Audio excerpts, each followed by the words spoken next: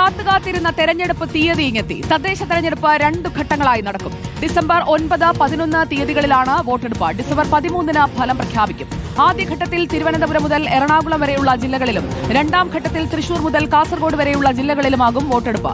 മാതൃകാ പെരുമാറ്റച്ചട്ടം നിലവിൽ വന്നതായും വ്യാജ പ്രചരണം തടയാൻ AI സംവിധാനം സജ്ജമാക്കിയതായും സംസ്ഥാന തെരഞ്ഞെടുപ്പ് കമ്മീഷണർ A. ഷാജഹാൻ അറിയിച്ചു.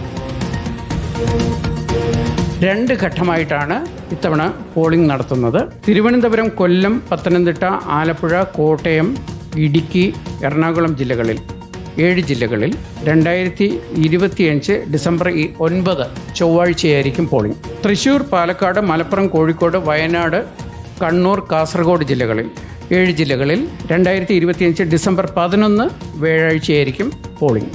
ഡിസംബർ 9-നും ഡിസംബർ 11-നും 2 ഘട്ടമായി രാവിലെ 7 മണി മുതൽ വൈകുന്നേരം 6 മണി വരെയായിരിക്കും പോളിംഗ്.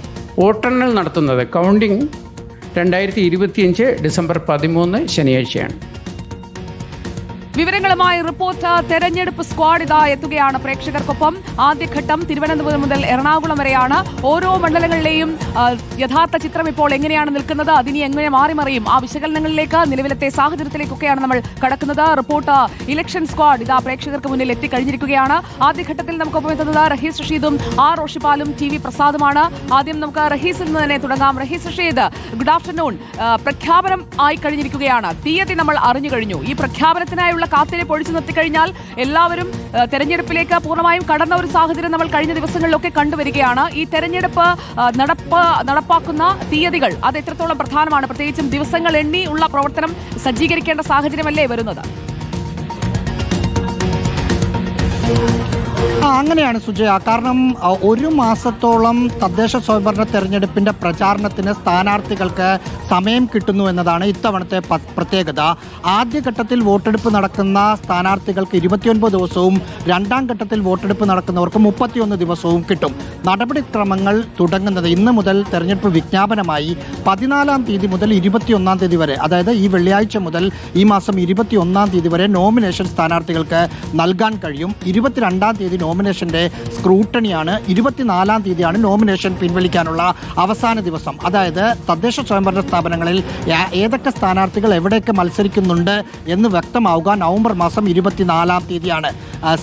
ഡിസംബർ മാസം 9-ാം തീയതിയാണ് ആദ്യഘട്ട തെരഞ്ഞെടുപ്പ്. ആദ്യഘട്ടത്തിൽ തെക്കൻ കേരളവും മധ്യ കേരളവും ഉൾപ്പെടുന്ന 7 ജില്ലകളാണ്. തിരുവനന്തപുരം, കൊല്ലം, പത്തനംതിട്ട, ആലപ്പുഴ, കോട്ടയം, ഇടുക്കി, എറണാകുളം ജില്ലകളാണ് ആദ്യഘട്ടത്തിലുള്ളത്.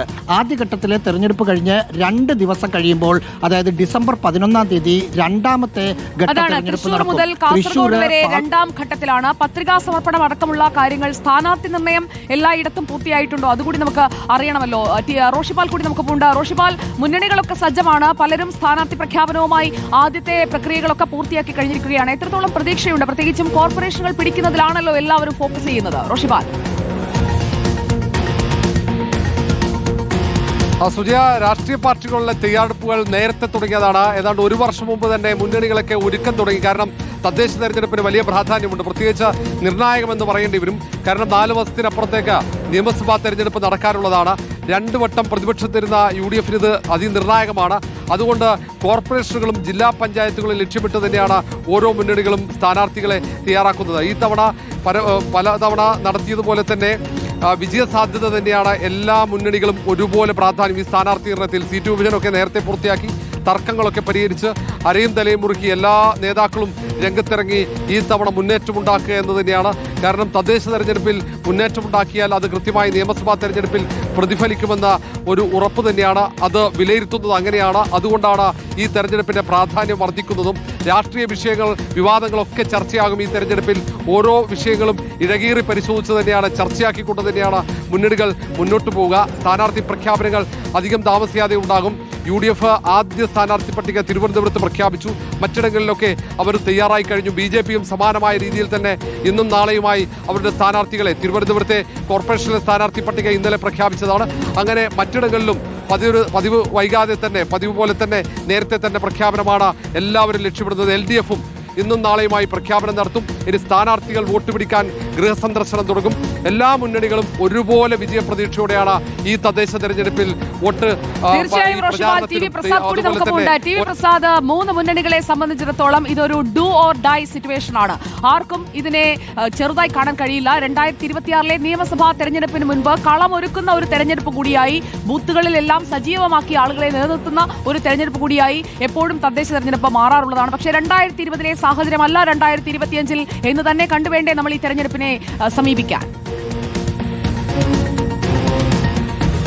ഉറപ്പായും അത് തന്നെയാണ്. സ്ഥാനാർത്ഥികളെ നേരിട്ട് എല്ലാ മനുഷ്യർക്കും അറിയുന്ന ഒരു തെരഞ്ഞെടുപ്പ് എന്ന നിലയിലാണ് തദ്ദേശ തെരഞ്ഞെടുപ്പ് ഏറെ പ്രാധാന്യം അർഹിക്കുന്നത്. അതുകൊണ്ട് തന്നെ പ്രാദേശികമായ ചില വിഷയങ്ങൾ പോലും അല്ലെങ്കിൽ വ്യക്തിപരമായ വിഷയങ്ങൾ പോലും വലിയ തോതിൽ വോട്ടിനെ സ്വാധീനിക്കും, വാർഡുകൾ കിട്ടുന്നതിൽ സ്വാധീനിക്കും എന്നുള്ളത് ഇതിനെ സംബന്ധിച്ചിടത്തോളം ഒരു തിരിച്ചടി തന്നെയാണ്. അത് ഗുണവുമാണ്. ഉറപ്പായും പ്രാദേശികമായി നന്നായിട്ട് ജോലി ചെയ്യുന്ന സാമൂഹ്യ പ്രവർത്തകർക്ക് വളർന്നു വരാൻ പറ്റുന്ന സംവിധാനം കൂടിയാണ് ഇത് എന്നുള്ളതാണ്.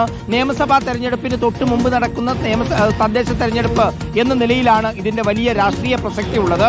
എല്ലാ കാലത്തും ആ തദ്ദേശ തെരഞ്ഞെടുപ്പിൽ ഒരു മുൻതൂക്കം LDF ഉണ്ടാകാറുണ്ടെങ്കിൽ പോലും അങ്ങനെ മുൻതൂക്കം കിട്ടിയ തെരഞ്ഞെടുപ്പിനോട് ചേർന്ന അടുത്ത നിയമസഭാ തെരഞ്ഞെടുപ്പിൽ വലിയ ഭൂരിപക്ഷത്തോടുകൂടി UDF അധികാരത്തിൽ വന്ന സാഹചര്യവും കേരളത്തിലുണ്ട്. പക്ഷേ എന്നിരുന്നാലും തദ്ദേശ തെരഞ്ഞെടുപ്പിന്റെ ഫലം എന്നുള്ളത് അത് മുന്നണികൾക്ക് ആത്മവിശ്വാസം പകരുന്നതാണ്.